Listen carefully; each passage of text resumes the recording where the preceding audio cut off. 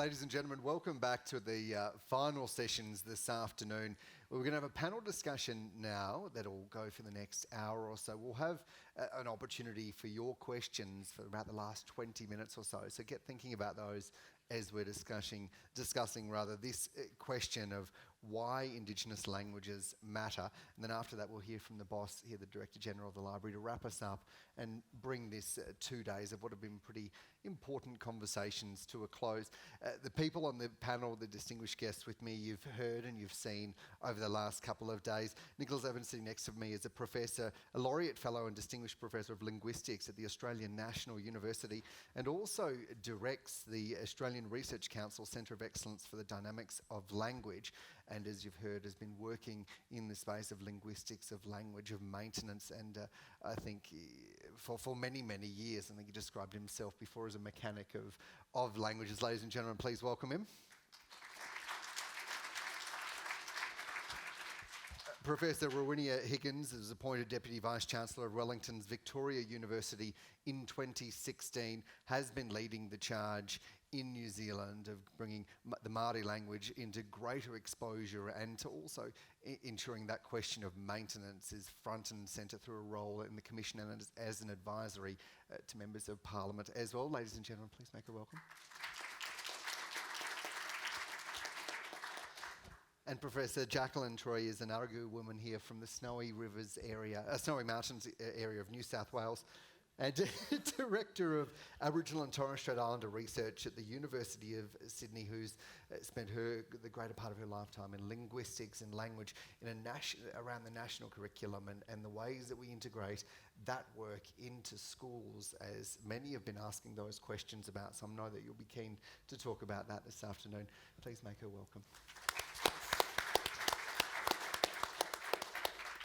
Now, as we embark on this 2019, the United Nations Year of Indigenous Languages, it seems crucial that languages have such a pivotal role in our society. But to step back from that, to start us off this afternoon, why are they important?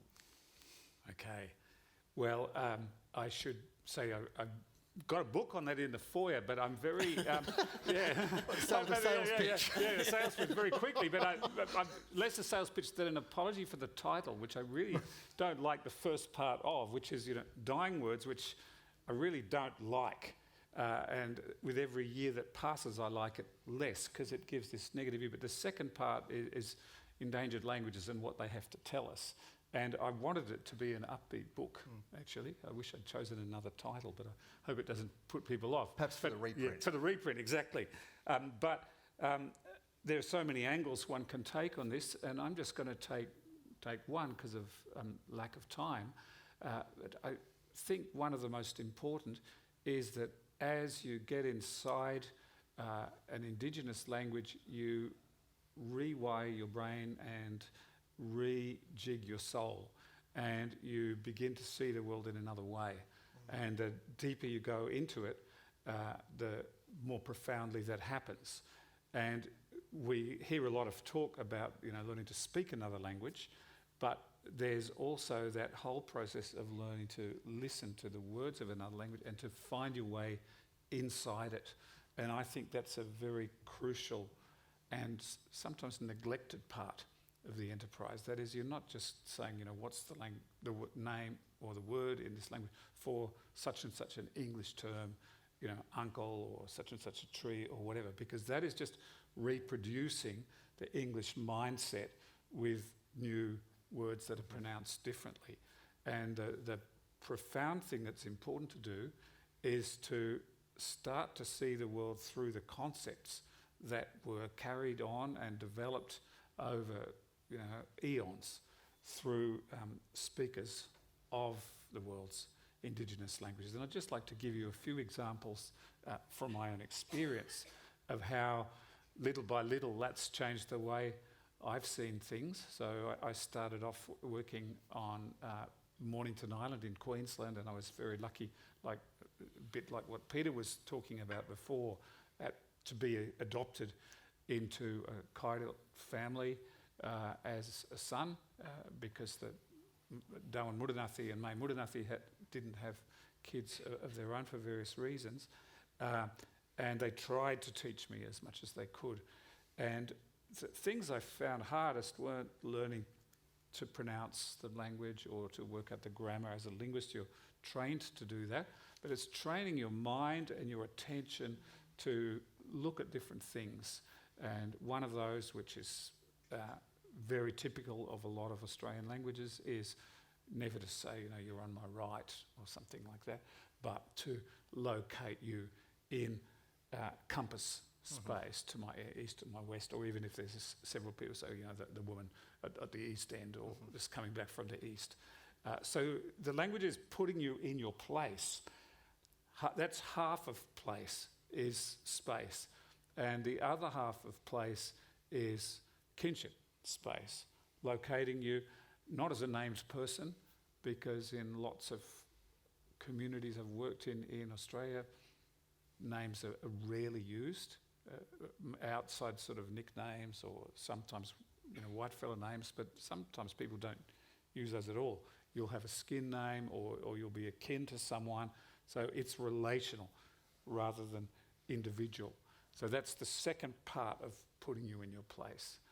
And then as you start to deal with the world of nature, there are things which you find in the vocabulary.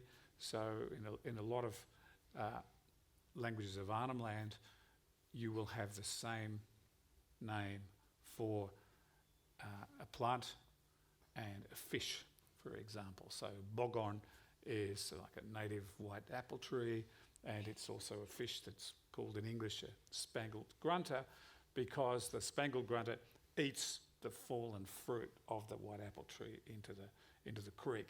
So if you're wanting to go fishing, best move is to look around for that tree. You'll find a pool. There'll be some of those fruit there, and the spangled grunters will be coming up to eat it. And it's not that people have any confusion at all about, trees and fish, but it's just that to survive living off nature, your best technology is your knowledge about ecology, that very close observation about connections. Same if it's the same word for a particular flower of a tree, or tree and flower, and a yam, let's say, or a grasshopper and the yam.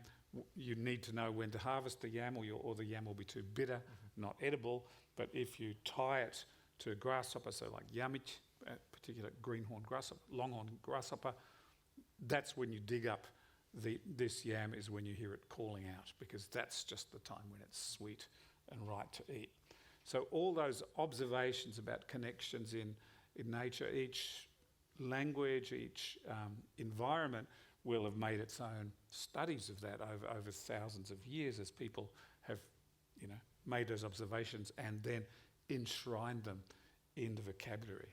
And then just a final example I'd like to make is, I suppose, the arrogance of mainstream societies about our over ability to determine nature and to determine the world, and rather than just accepting ourselves as part of it. And if you see a turtle going up and trying to lay an egg, this is something I saw that was quite a poignant and sad moment on Croker Island in the Northern Territory, although the speakers who I heard this sentence from were from Goulburn Island. They spoke Maong, and this poor turtle came up, and there was a whole concrete ramp that had been set there so that boats could be launched, and this great big turtle, maybe she was 100 years old, belly full of eggs, was trying to dig the hole to lay her eggs and just hitting the concrete. Yeah. And in English, if you describe that situation, you might say something like, the turtle was unable to lay her eggs, because of the concrete ramp. But the way you would say it in Maong, you say something like, the hardness of the earth frustrated or blocked her egg-laying attempts. And there's a special verb which takes as its object the turtle, the mother turtle, and the subject is the hard ground that prevents this happening. And it tracks from causes that lie in the natural world onto animate beings, in this case a turtle rather than a human being. But the crucial thing is that we are not just trying to push all the agency onto our world of humans, but we're listening out.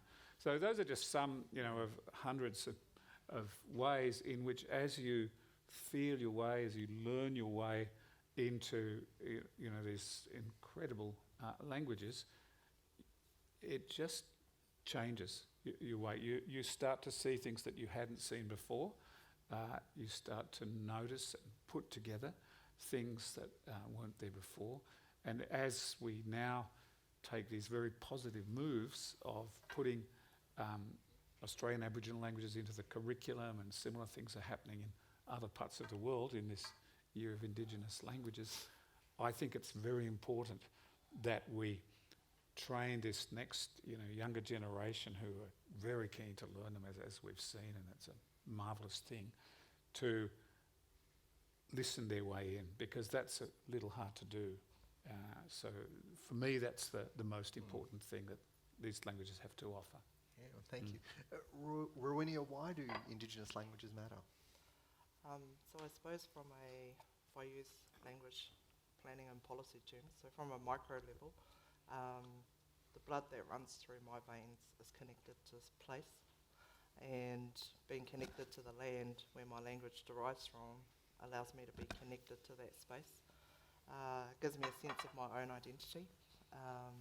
It defines me, and Paul mentioned this yesterday in his speech around being able to define ourselves and our location through our language, whether it's dialectal or another language.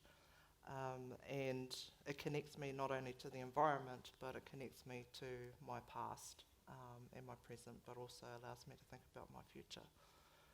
At a more macro level, and why as a nation or as nations we should be celebrating and supporting initiatives like UNESCO's Year of Indigenous Languages is because globalisation has kind of made this world very small. It's also started to homogenise us as peoples, because people can get access to us from all over the globe on their phone, and start to create their own languages around who we are and starting to define us. And so one of the things that I certainly advocate in New Zealand is that Te Reo Māori is the only distinguishing feature that distinguishes us as a country, as a nation, at a global level. So our language is everywhere. It's in our geography. You can't avoid Te Reo Māori in our country. But it's a way, when you're a very tiny nation, trying to stand out in the world, you need something that defines you. And for us as a nation, I truly believe that Te Reo Māori is our most definitive feature. So when you see us at a global level, you see the haka. Everybody knows the haka. I mean, it's in the exhibition upstairs, is the one thing that is quite definitive. But the haka is premised on the language. So the movements are nothing. You can't do the haka without words. So you need the language to be able to convey that message. So for me, when you're a very tiny nation near the bottom of the world, Te Reo Māori is our most distinguishing feature in our country. Jackie, what about for you? Well, it's hard following this just because I agree absolutely with everything just said, and that book, which shall remain nameless, there's a wonderful sentence in there where you say that if every time a language speaker dies, it's not just an encyclopedia of knowledge that goes, but an entire library. It's like the Library of Alexandria being burnt to the ground again. So I travel the world meeting Indigenous people all over the world, and I am endlessly struck by this it's like, I guess, youth hosteling or something. You travel around meeting people of like mind with like travelling patterns, and I just sat down at lunch talking to Auntie Elaine with my mum and Lara, who I think had maybe for a brief moment put down her iPhone. But we talked about... New generation communicating. Intergenerational communication. But she was listening, because every so often she interjects. So, and that's the thing, we sat and had a discussion about family and people's names and who was who and where are you from, and which families connected with which families. Now I do this all over the world. I go somewhere. I thought I was just saying, sort of thinking whimsically that I have just started doing some, field work. I don't know that that's what I'd intended to do, but I went to the north of Pakistan thinking, I'm not going to fit in here at all. I'm going to be completely different. For the first time in my life, I'm not going to look like anyone or be like anyone. Well, bugger me, I'm now Torwali. So I'm, you look Pakhtun, and your daughter looks Kalasha. And well, we start doing the family stuff. Who's connected to who? So this is what Indigenous people do everywhere. Like what? So, and one of the first things I learnt to say in Torwali was Kuyu Hamadu. The dog is barking. How do you shut it up? Like dogs. There's dogs. Universality. Universality of dogs. Yeah. Everywhere you go, there's dogs. So any Aboriginal person in the room here will be laughing their ass off. I said, dogs. Everywhere you go.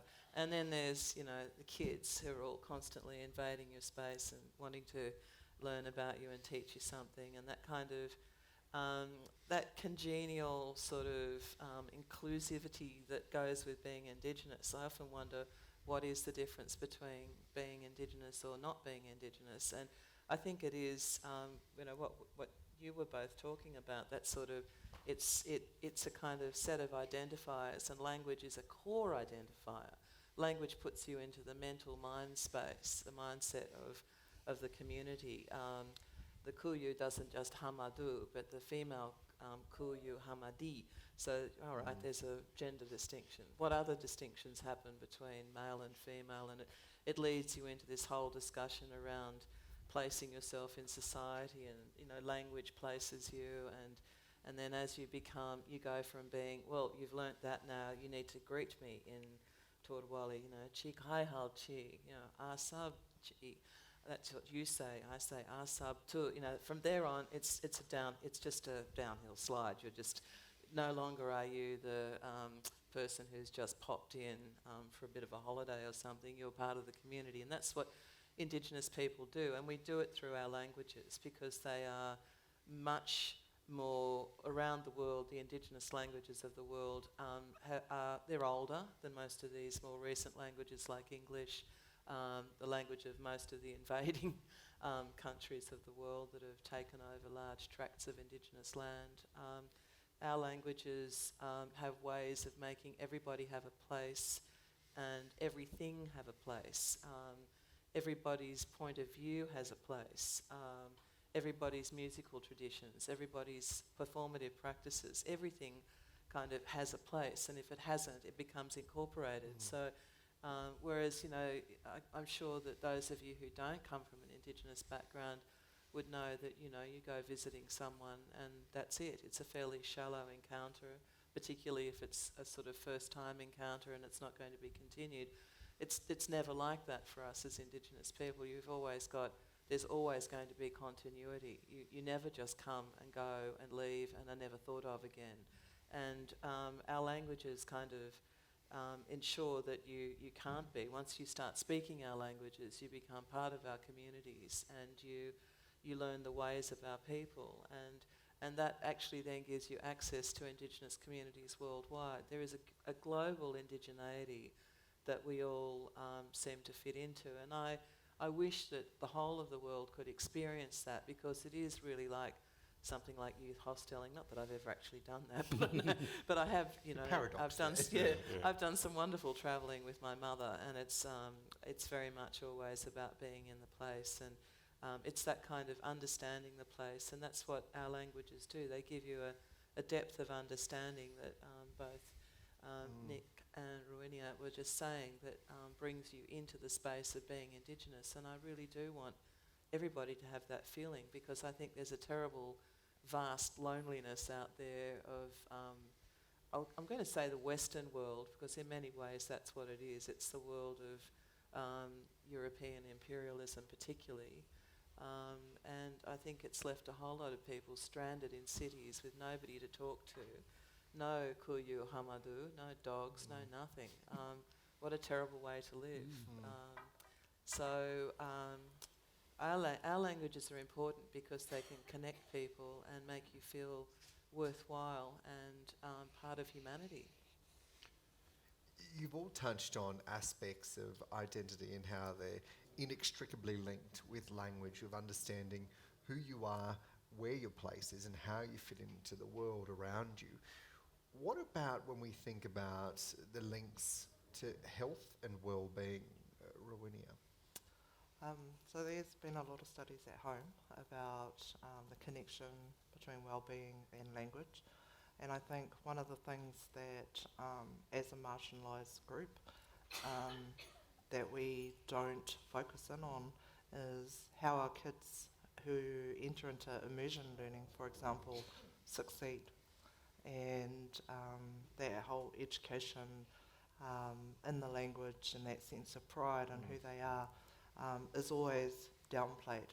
And yet the results show that when children are raised in their language and continue in their language, they tend to do better in New Zealand than when they're in the mainstream. But like I said earlier today, around marginalising immersion schooling through policy has that adverse effect where our people still buy into the value of our language in a mainstream system, and still believing that their children will fail if they don't know how to speak English. Now, English is so, it's everywhere. You can't avoid English despite your best efforts to raise your children in only in Te Reo Māori as their first language. But we buy into the belief system of mainstream that in order to succeed, you must be like the mainstream, as opposed to believing in your own language and culture. I was saying to Nick before, Ray Harlow, who's one of our linguists, mechanics in New Zealand, talks about New Zealand being doggedly monolingual in practice and attitude. He said it was just as bad here. Just the whole notion of understanding what bilingualism is and this need to kind of always just be English speaking. Often I've done lectures to students and at conferences about how I describe New Zealand in many ways when it comes to language, more English than the English. So as a colony, we're worse than the mothership in terms of if you hop on the tube, you can hear lots of languages. You'd be lucky if you hear English most of the time, because multilingualism in the Northern Hemisphere is not an issue. But in New Zealand, and I'm suspecting here in Australia, that whole misunderstanding of multilingualism, bilingualism, just kind of does people's heads in.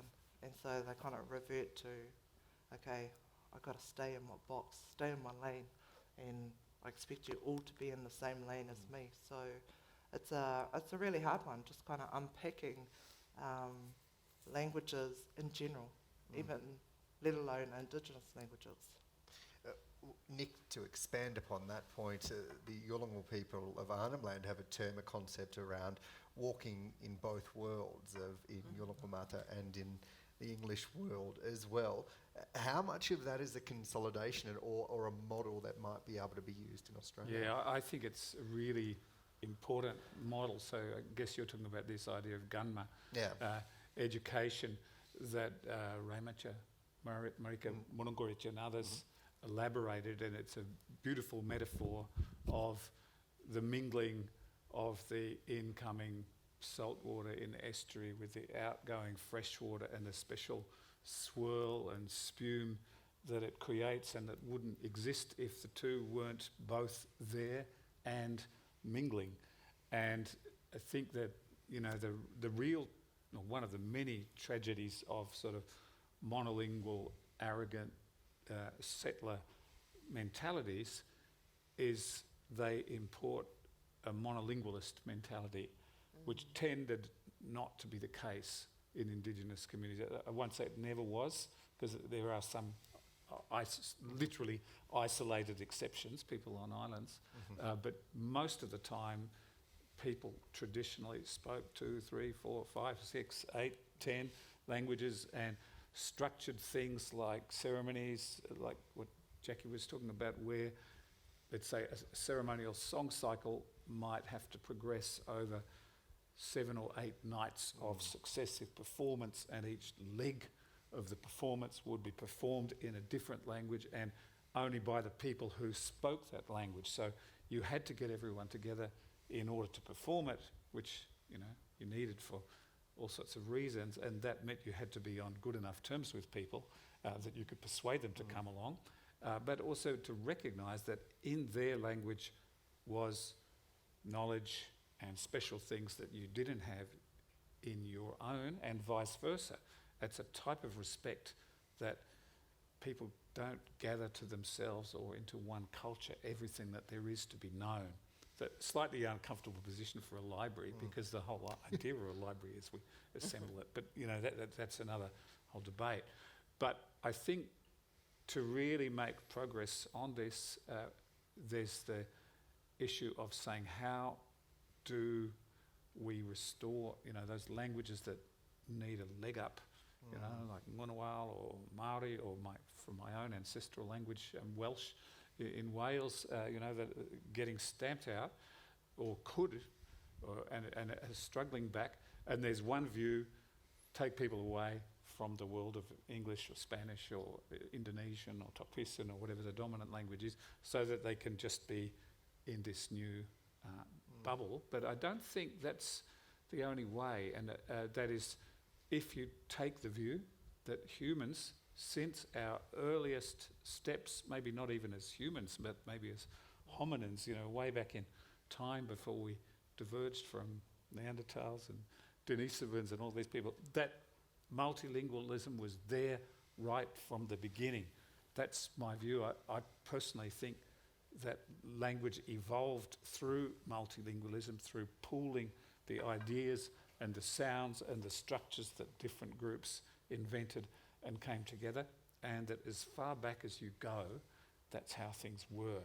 And actually, monolingualism is an anomaly that came about once societies could be big enough that they could create their own worlds, and that they could homogenise, and that they could have emperors or kings or queens stipulating that all education or all legal matters or whatever had to be conducted in a particular language.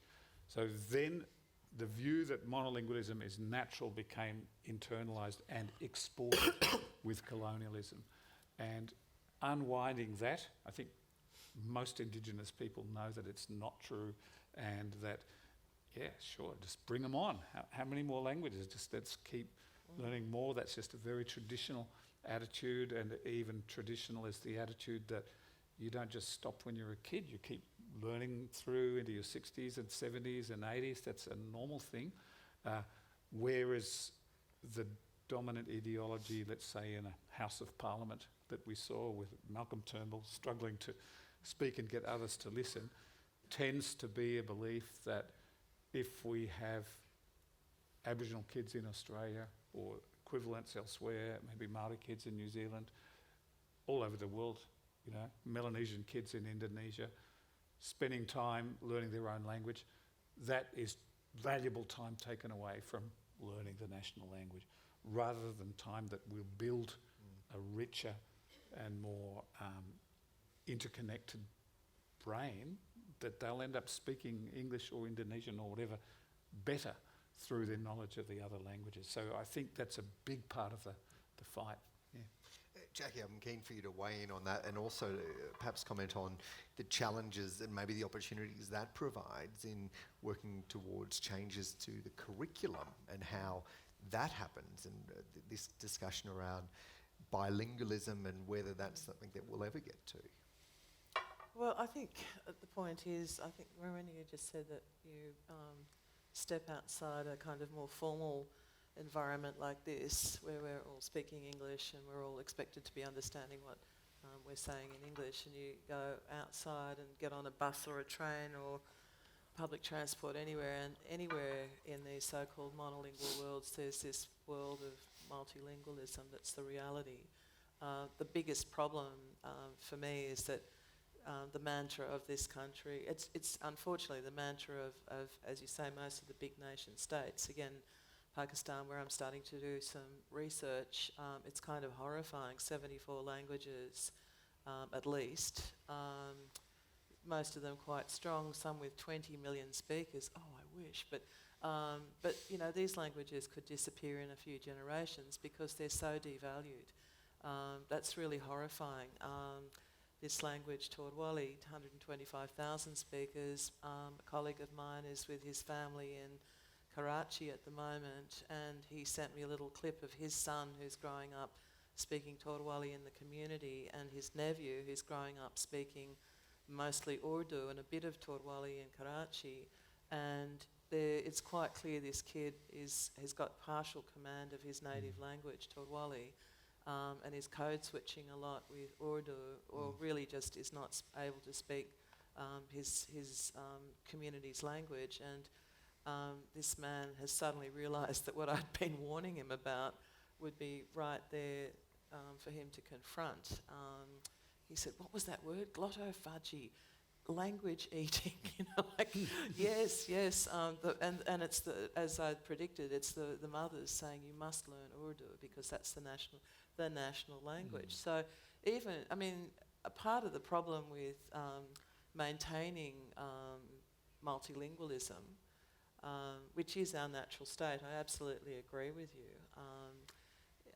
Nick. It's just, you know, people really do love learning languages. We all love singing and making art and listening to all kinds of other media that we communicate in. That they're just other languages. And this is what humans do. We use our brains very creatively around communication. So, of course, multilingualism, multimodal learning is normal for us.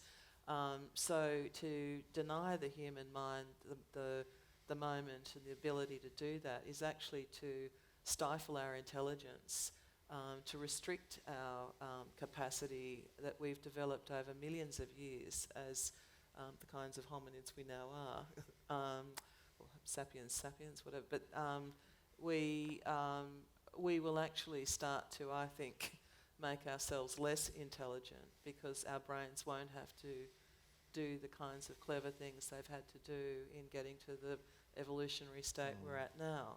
So when you see nation states thinking that they're heading themselves in a cleverer, more developed direction by imposing a national language that supposedly makes it easier for people to communicate, it's not, you know. So this child who's growing up in his community speaking at least 4 languages, age 7 now, and no problem switching between languages, and whatever language is being used, he just uses whatever anyone speaks to him in. And the other one struggling, who's now pretty much stuck with 1, maybe 2 languages if he's lucky, is just, you know, there's no comparison between, I guess, the access that this other one with 4 or 5 languages has to the world and to the environment around him. You know, he knows about the north, the mountains, the environment. This is the same for our people.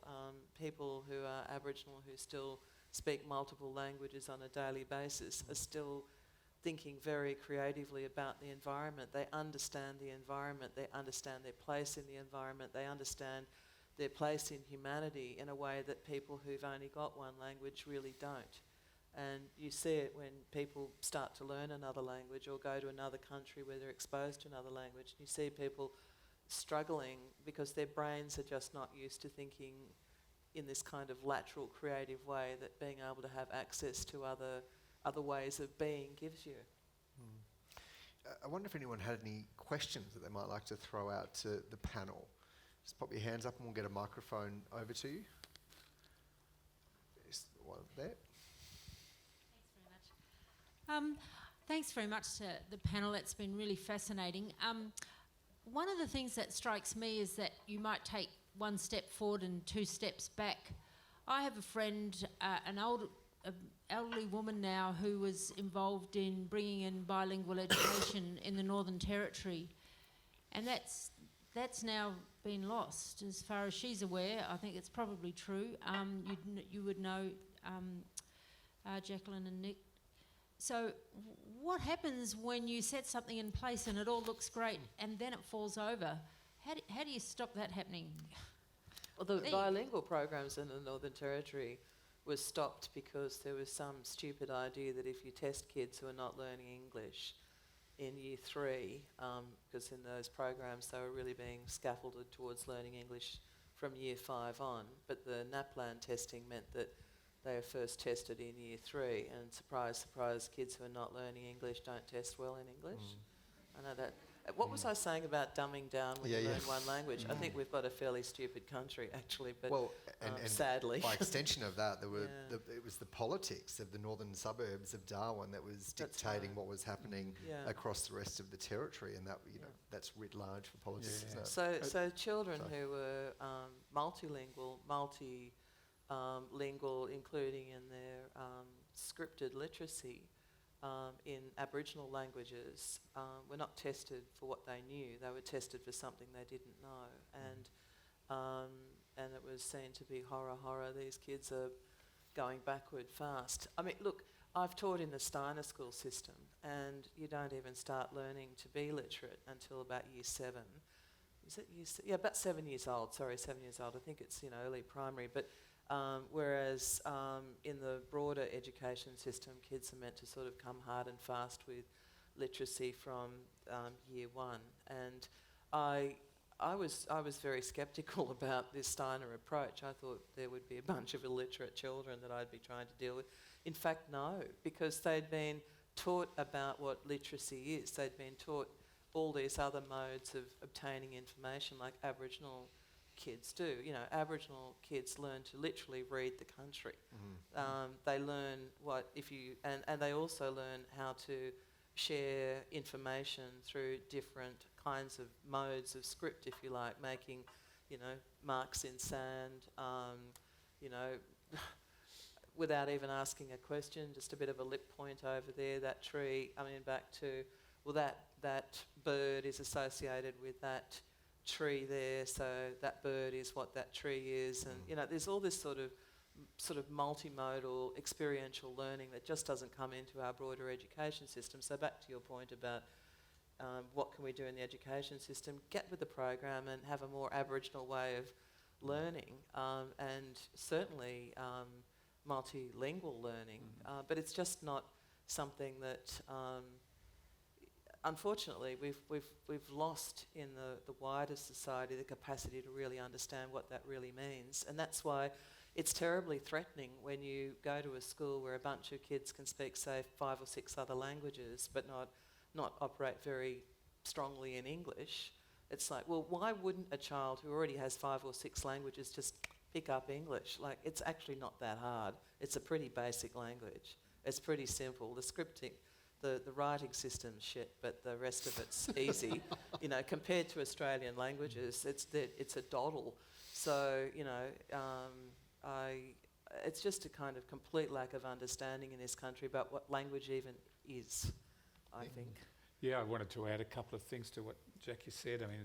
First, just to agree about, first of all, how oppressive nationwide standardisation is through NAPLAN. It really doesn't give that breathing space for culturally appropriate curricula. And secondly, that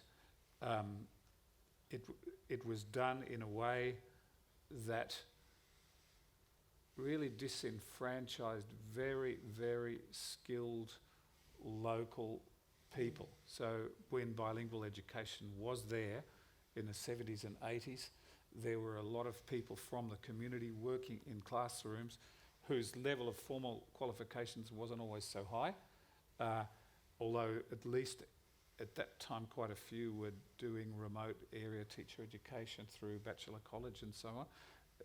They were the people who were making those classrooms work because the kids knew them, they could talk to the kids, all of that. And as things have become more and more formalised onto English, the role of those people in the classroom has been pulled back. So it's just like stepping away from the stated aim of improving employment of skilled Aboriginal people and improving the growth of skills in people from the community. The other thing I would say is that the idea of what a curriculum is was naive from the start. You're talking in this country of hundreds of languages. That's something different from Aotearoa. And you just multiply the number of curricula that you have to develop.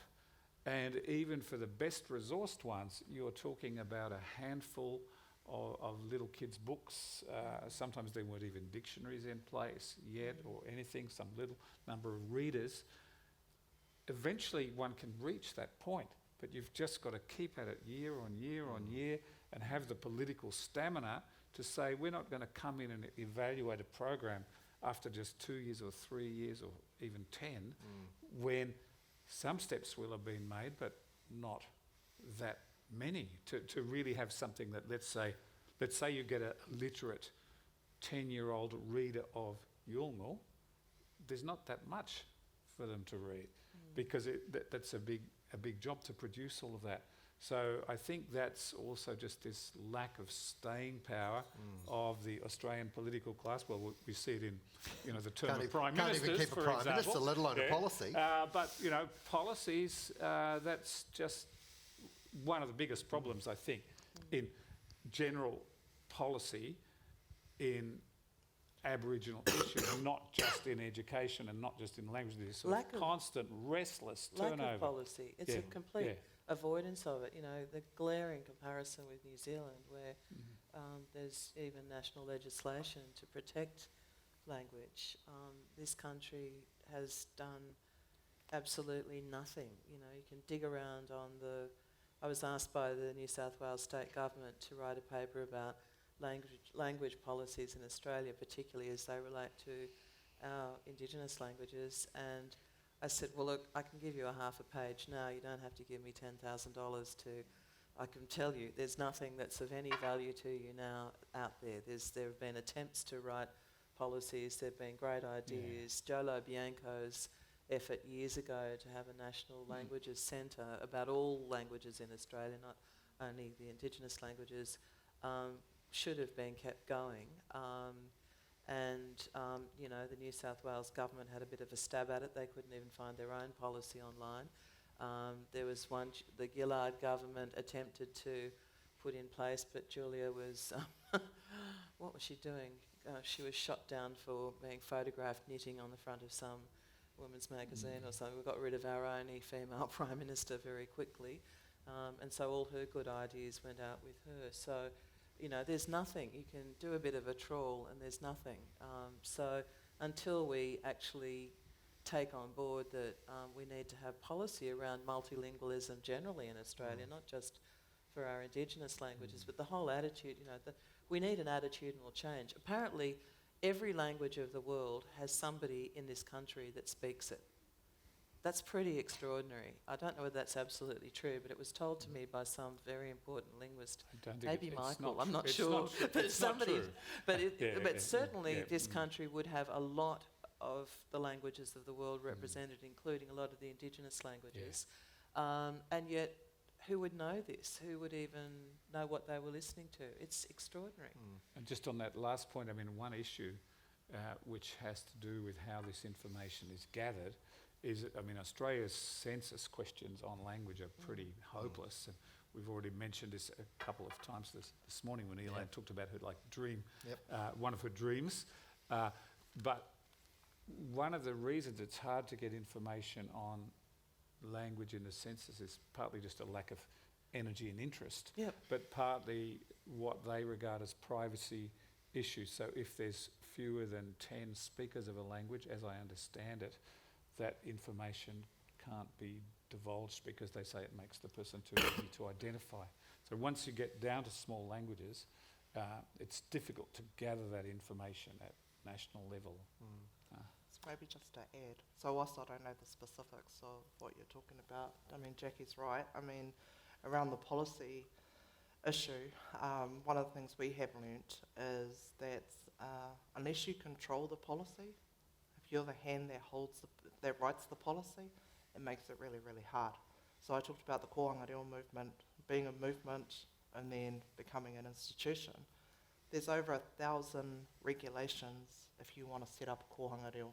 So when it first started and it mushroomed, it was done in people's backyards, in their back rooms, or on our traditional marae and things like that. Once it's the policy now, in order to get funded, is it gets regulated by the Ministry of Education. And consequently, most of them shut down because they didn't meet all 1,060 something regulations. And they can be things that actually go against our own traditions. So for example, when those who establish their kohanga in the traditional meeting house, the Ministry of Education requires you to have a separate kind of way of changing area. That would modify our traditional meeting house by meeting that. So they had to take them off the marae and into a early childhood centre. And that's just one of quite a number. If you have a puddle, literally a puddle outside your facilities, you can be shut down for that. And even those who had their rivers next to their meeting houses and no fencing, get shut down. So the policies are, if you don't control them and they recognise your own Indigenous significance, for example, for those rivers, nobody's ever drowned on those rivers because they have their own guardians and, they've been the home space for generations and generations. Ministry of Education's not interested in it. They want you to put a fence up and you can't afford it because you're not necessarily resourced with anything. So it is one, with the latest legislation, one of the things we learnt, not from a Māori person, but actually from one of New Zealand's most respected policy people, Dame Margaret Baisley, when I was doing the review of that, and she's like the government clean-up guy. She goes in and she sorts out and she reviews everybody, and she's, lots of respect for her. And that was the one thing she talked to us about, the recommendations we made for the new legislation.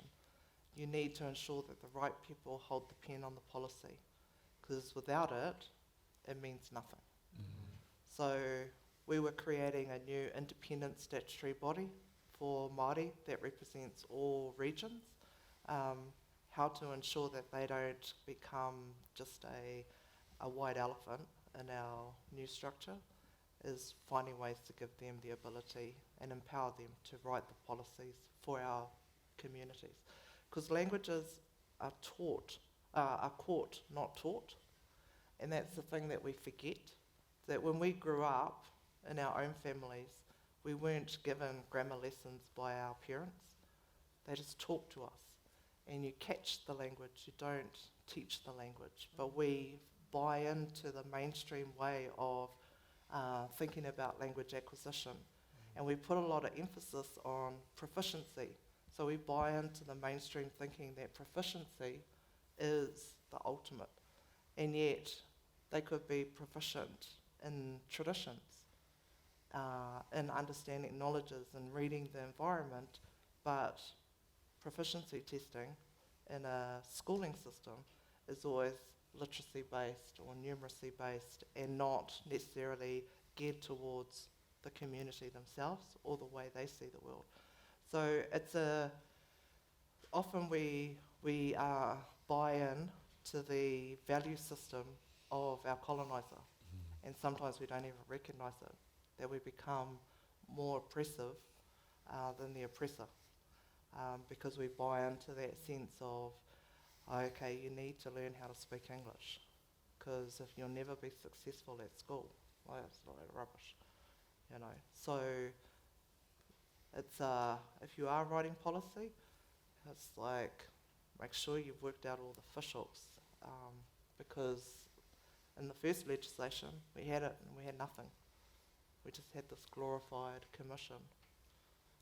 Now we have a bit of sense of, actually we've got a job to do. Such amazing, great comments to round us out, and I know there are heaps of other questions. We've run right out of time though. Thanks so much for all of your time. I know we could talk about this all afternoon. Ladies and gentlemen, please give it up for our panel this afternoon.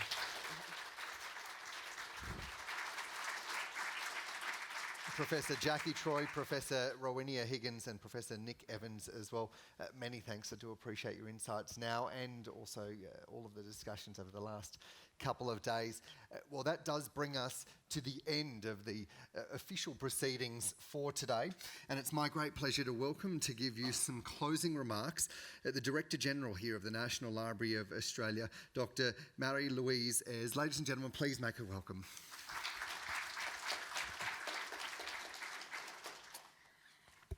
Friends, thanks so much for being here over this weekend for this conference, Language Keepers. I'm really delighted that so many of you could attend, and in fact that you've stayed. It's 4:30 on a Sunday afternoon and you're still here. And I hope that, like me, that you feel, I feel a great sense of delight that we've been able to have this event simultaneously closing Cook in the Pacific with its emphasis on voice and languages, and to welcome in UNESCO's International Year of Indigenous Languages. Now, over the course of this weekend, we've learned so much. In 2016, the United Nations Permanent Forum on Indigenous Issues estimated that 40% of the estimated 6,700 languages spoken around the world were in danger. And in Australia, 90% of our languages are considered endangered.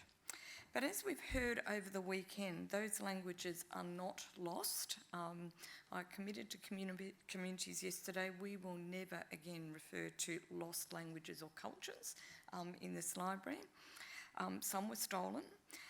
They haven't disappeared. Some of them are sleeping. I love the way that Auntie Lynette said yesterday that the language is sleeping under the earth, waiting for people to be back on country. Some are in the hearts and memories of elders, and as Kim Scott reminded us yesterday, might need to be coaxed gently, slowly, and very much in community contexts, back into the light.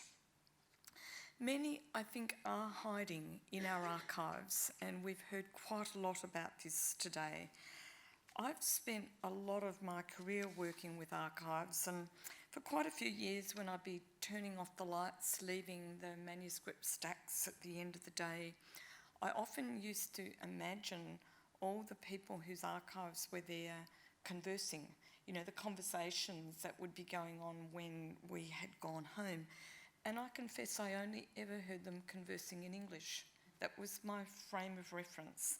And I think one of the real learnings for me over the last couple of years, and especially over this weekend, is that archives like ours, like Paradisec, IATSIS, museums, libraries around the country actually have these voices and words singing from our shelves, but just waiting for the right listener. And if there's a bit of hope in that, it's that, like so many who have talked over this weekend about being custodians of their languages, we too are custodians here for the very long term. And if those voices and songs don't find the right listener in my time, then they surely will in the future. So if you enjoyed your Ngunnawal lesson this morning, because this is our local language here, I'm really pleased to announce that one of our major activities for the International Year of Indigenous Languages will be an exhibition in our Treasures Gallery on the Ngunnawal language. That will open on the 28th of August, give or take a bit. In partnership with the Ngunnawal community, we'll be looking at the relationship between country, peoples, place and language, and the exhibition will display archival and pictorial material from the library's collection that's related to the Canberra region and to the continuing vibrant culture and language of the Ngunnawal community. Of particular interest in this exhibition will be how the landscape and its flora and fauna bear witness to this presence. And thank you, Nicholas, for kind of changing that frame of reference to say that, you know, learning a different language, you're going to change, of course, inevitably how you think about the country that you're on. And of course, we'll be looking at that in relation to Ngunnawal names on material in the collection. And our labels will be reflections by local community members, you know, giving their accounts of what we're actually seeing and experiencing. Now, that exhibition will also feature Opie. Now, a few linguists in the room have probably seen Opie. It's a language robot developed by linguists, and last I heard, I think there were about 5 of them in community up at Barmaga. So Opie is a family-friendly interactive that here will enable people to learn a little Ngunnawal. And the content on Opie will also be developed in consultation with the Ngunnawal community. I've been thinking about Opie, about this little robot, because I saw Opie in February, this time last year actually, at a conference on the Gold Coast on Indigenous languages that just, you know, opened my mind. And I've been thinking about this little robot, Opie, because I've been thinking that buried deep in our family photograph archive at home is a photo of my daughter, then aged 9, at North Ainsley Primary School with a robot. And for the life of me, I can't remember what the robot was supposed to do. What I do remember, though, is, and I think back now, I don't think that anybody thinking about that robot going into a school where in fact there were 47 home languages spoken, ever thought about a robot as a way of building a tiny sense of the richness of Indigenous languages. Her daughter, my granddaughter, is catching English at the moment. She's only 17 months old. And I'm really wondering if sometime during her time at North Ainsley Primary School in the near future, she might be learning a little Ngunnawal, at least in her classrooms and community. So I'm a born optimist. I'm going to go for yes, but I hear you when you say there are big steps backwards as well. So thanks so much for attending Language Keepers this weekend. It is the end of our formal proceedings, but I would certainly like you to come up to the foyer to enjoy some music and a drink before departing. And just also to let you know that I think you'll have seen how busy the exhibition gallery is at the moment, with people crowding in to Cook in the Pacific for its last couple of days. So this is your last chance to see it, to see both the half of the collection that comes from here, you'll see that again, but half of what's in that exhibition comes from elsewhere, and you'll never see things put together in quite this way again. So please do come and enjoy, and also hop upstairs and see Beauty Rich and Rare, which is such a beautiful, immersive sound and light experience on level 4, illuminating the natural beauty of Australia, but through the eyes of Sir Joseph Banks. And Ray, thank you for your comment earlier about some of our attendees. You're overhearing them saying, I expected to learn a little bit more about Indigenous senses of that fauna and flora. So doesn't that give you a sense of hope? We might not have quite got it there, but that's what they're wanting. So, and they're 50s white people like me. So the bookshop will be open until 7 p.m. So if you want to make use of your conference delegate 10% discount, present the voucher on the back of your lanyard to a bookshop staff. And thank you once again for attending the conference. I hope to see you all back at the National Library, your National Library, very soon. Thank you.